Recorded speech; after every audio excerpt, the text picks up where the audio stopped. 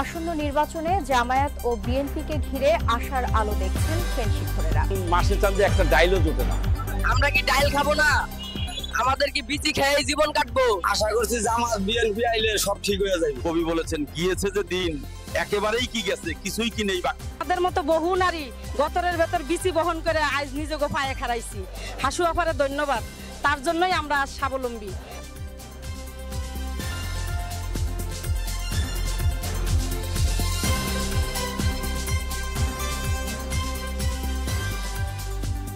টিভির বিশেষ বুলেটিনে স্বাগতম। জামায়াত বিএনপি জোট সরকারের আমলে বোতলকে বোতল ফেন্সিডিল খাওয়ার কথা স্মরণ করে নস্টালজিক হয়ে পড়ছেন ফেন্সিডিল সেবীরা। মনে করছেন দল দুটি জোট হিসেবে বা আলাদাভাবে ক্ষমতায় আসলে তারা কম দামে আবার ফেন্সিডিলের পিনিক নিতে পারবেন। আক্কাস আলীর রিপোর্ট। ৯০-এর দশক থেকে দেশে ফেন্সিখোরদের আবির্ভাব ঘটে। ভারতেই ফেন্সিডিল রপ্তানি করে কত টাকা যে হাতিয়ে নিয়েছে তার কোনো লেখাজোখা নাই। ২০০১ থেকে ২০০৫ সাল পর্যন্ত জামায়াত বিএনপির শাসনামল ছিল ফেন্সিখোরদের জন্য স্বর্গরাজ্য। সাতক্ষীরা সহ জামায়াত অধ্যুষিত সীমান্ত এলাকায় জামায়াতের নেতাকর্মীরা ফেন্সিডিল ব্যবসা নিয়ন্ত্রণ করতেন বলে অভিযোগ আছে। তবে এখন এক বোতল ফেন্সিডিলের দাম ২.৫ থেকে ৩,০০০ টাকা। এ কারণে ফেন্সিখোরদের বেশিরভাগ এখন নিতান্তই বাধ্য হয়ে ইয়াবা সেবন করছে। আসুন ফেন্সিখোরদের মুখেই শুনি তাদের কষ্টের কথা। দিন ডাইল খাই না রে ভাই। আজ জামায়াত বিএনপি ক্ষমতায় থাকলে আমাদের কি এসব বালছাল খাইতে হয়? আশা করছি আবার আমাদের সুদিন ফিরবো। কি যে দিন আসিল রে ভাই, কত যে ডাইল বিক্রি করছি, খাইছি, সারা দিন শুধু পিনিক আর পিনিক। সাইকেল নিয়ে চলে গেছি সাতক্ষীরায়, দিনে ৩-৪টা ফেন্সিডিল খাইছি, আর এখন মাসে চাঁদে একটা ডাইলও জোটে না। বড় ভাই বিরাদারদের মুখ থেকে যখন ডাইল খাওয়ার ইতিহাস শুনি তখন কষ্টে কলজেটা ফাইটটা যায়। বাবা খায়া কি আর দিন যাইবো? আশা করছি জামাত বিএনপি আইলে সব ঠিক হয়ে যাইবো। আমরা কি পাপ করছি?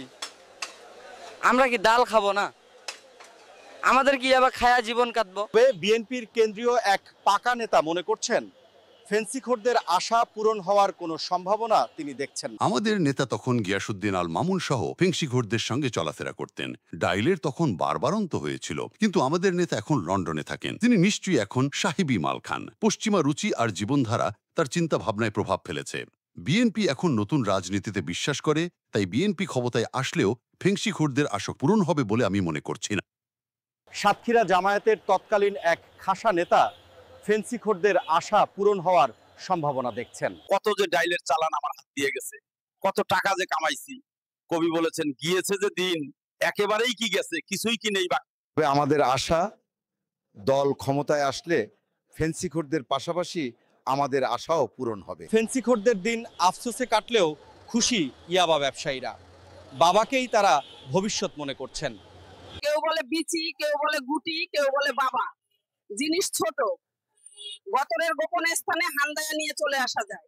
হাসিনা পরে নাই, বর্তমান ইউনূস সরকার পারে নাই, কোনো সরকারের সাধ্য নাই ইয়াবা বন্ধ করার। তাই ফেন্সিখোরদের পুরনো স্মৃতি না হাতড়ায়া মন দিয়ে বিচি খাওয়ানো উচিত, কারণ বিচি আমাগো ভবিষ্যৎ। হাসিনা আপায় আমাগো ভাগ্য বদলাই দিছে।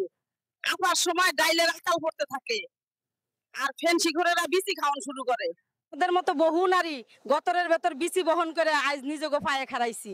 হাসু আপারে ধন্যবাদ, তার জন্যই আমরা আজ স্বাবলম্বী। জাতির কাছে প্রশ্ন, জামায়াত বিএনপিকে ঘিরে ফেন্সিখোরেরা যে আশা করছেন তা কি পূরণ হবে, নাকি ইয়াবাতেই সন্তুষ্ট থাকতে হবে? আক্কাস আলী, টক টিভি, সাতক্ষীরা। এ বিষয়ে কথা বলার জন্য আমাদের স্টুডিওতে যোগ দিয়েছেন বাংলাদেশের বিশিষ্ট রাজনৈতিক বিশ্লেষক কেরামত আলী।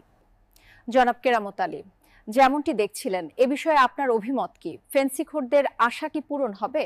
আমাদের দেশের সব রাজনৈতিক দলগুলোর পাহাড় সমান অপরাধ জমে গেছে, কিন্তু কোনো দলই তাদের অতীতের অপকর্ম স্বীকার করে না। যেহেতু দলগুলো তাদের অতীতের অপরাধ স্বীকার করে না, তাই জামায়াত বা বিএনপি ক্ষমতায় আসলে ফেন্সিখোরদের আশা পূরণ হওয়ার সম্ভাবনা দেখছি আমি। তবে আমি বিএনপি নেতার সঙ্গে একমত। তাদের নেতা যেহেতু লন্ডনে থাকেন, তিনি নিশ্চয়ই স্কচ জাতীয় সাহেবী মাল খান। এসব মাল খেয়ে নিশ্চয়ই তার মতিগতি ঠিক হয়েছে। কেরামত আলী, আপনাকে অসংখ্য ধন্যবাদ। দর্শক, আমরা সব দলগুলো নিয়েই বিশেষ বিশেষ বুলেটিন সম্প্রচার করি। বুলেটিন করার মতো আপনার পছন্দের দলের নাম কমেন্টে জানান। চ্যানেলটি সাবস্ক্রাইব করুন। এখনকার মতো বিদায় নিচ্ছি, দেখা হবে পরবর্তী বুলেটিনে।